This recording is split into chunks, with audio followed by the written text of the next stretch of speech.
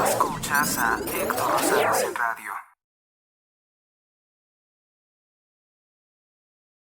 2025-06-15 Juárez Crímenes contra indígenas en Salina Cruz, Oaxaca.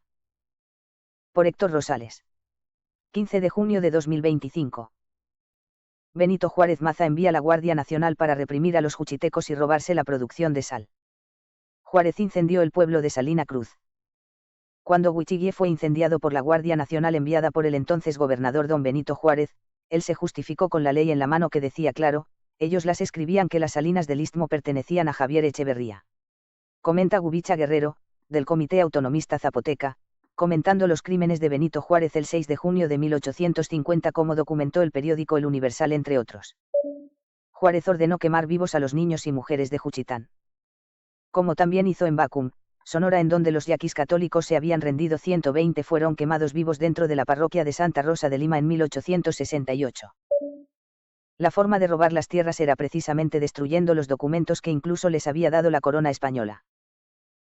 Como también comenta. Juzgó, Juárez, con las leyes que los criollos habían proclamado y que atentaban contra las prerrogativas que hasta el rey de España había reconocido. ¿Cómo es posible que los conquistadores españoles hubieran admitido gran parte de la manera de legislar de los pueblos originarios de lo que hoy es México, y que, con la independencia, se pretendiera homogeneizar la lengua, las leyes, y todo el universo de aspectos sociales? Muy buena observación, pero es que esas leyes ni eran de los criollos católicos, sino de la masonería británica que derrocó al emperador Agustín de Iturbide, la misma que impulsa el odio indigenista para destruir México como hoy hace Morena, al servicio de los Rothschild y otras mafias anglos. Muy bien informado está Guerrero, que reconoce que Juárez llegó por un fraude electoral y sin legitimidad ninguna a presidente de México. Dice, Juárez en cambio basaba su poder y su cargo de gobernador en un sistema de gobierno ajeno, en el que una ínfima parte de la población tomaba parte. Fue elegido gobernador interino en 1847 por una diputación nebulosa en la que cada representante se había nombrado casi a sí mismo.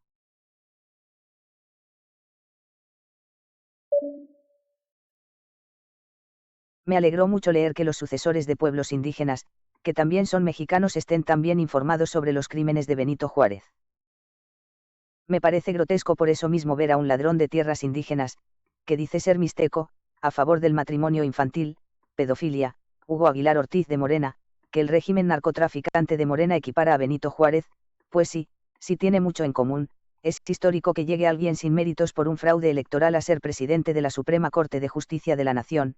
Eso es histórico, mediante una elección hecha por cárteles de la droga y su partido Morena, y que veneran a Juárez como masones. Es histórico ver a un indio con apellidos españoles, racista, hablando con alarde en un dialecto que 129 millones de mexicanos no hablamos y que llega a ese cargo sin ningún mérito más que ser cómplice de los crímenes de López Obrador. Eso es histórico e histérico. Un discurso en dialecto tribal antimexicano y racista. Aún hoy hay quienes quieren ocultar los crímenes de Benito Juárez contra los pueblos indígenas. Está el caótico caso de Pedro Salmerón de Morena, partidario de los terroristas secuestradores y asesinos de la Liga Comunista 23 de septiembre, matones de la década de los 70, que terminaron en Cuba decepcionados como esclavos del comunismo. Salmerón en sus excesos llega a llamar derechistas, fascistas, neoporfiristas a los descendientes de los pueblos indígenas que denuncian aún los crímenes de Benito Juárez, masón grado 9, que fuera presidente de México por 12 años con fraudes electorales y asesinatos. Eso pasa cuando una persona como Pedro Salmerón está dominada por el odio y fanatismo de ideologías terroristas. Hitler es nada a comparación de su odio y locura. La Liga Comunista 23 de septiembre fue un instrumento criminal del presidente priista Luis Echeverría Álvarez para reprimir y asesinar empresarios mexicanos. Me pregunté si este Echeverría, criminal jefe de la DFS, sería pariente de los Echeverría de Salina Cruz. Pero no encontré relación. Lo que sí encontré es que el abuelo del presidente socialista Echeverría era Francisco de Paula Echeverría Dorantes, que vivió entre 1853 a 1930, eran de origen español, por eso robó empresas de México y las dio al parecer a sus parientes los españoles Vázquez Raña, que además le ayudaban a hacer negocios sucios con Fidel Castro, según parecen confirmar cables filtrados por Wikileaks. Según parece, al presidente Echeverría le gustaba decir que su abuelo, el médico militar, había sido cómplice de Benito Juárez. Pero cuando murió Juárez, este señor tenía 19 años de edad. Otra fuente comenta que un hombre rico, José Fructuoso Gómez, 1858-1911, conocido como Che Gómez, también murió asesinado como consecuencia de la corrupción que estableció Benito Juárez. Si bien Juárez ya había muerto, Los problemas que dejó siguieron como hasta ahora. Che Gómez murió luchando por las tierras que les robó a los juchitecos.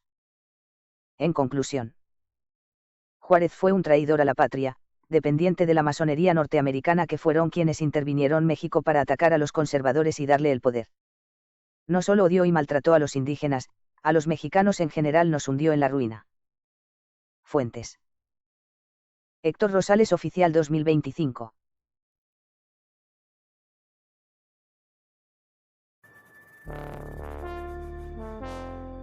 Suscríbete a Héctor Rosales Oficial y recibe las últimas noticias y actualizaciones del canal.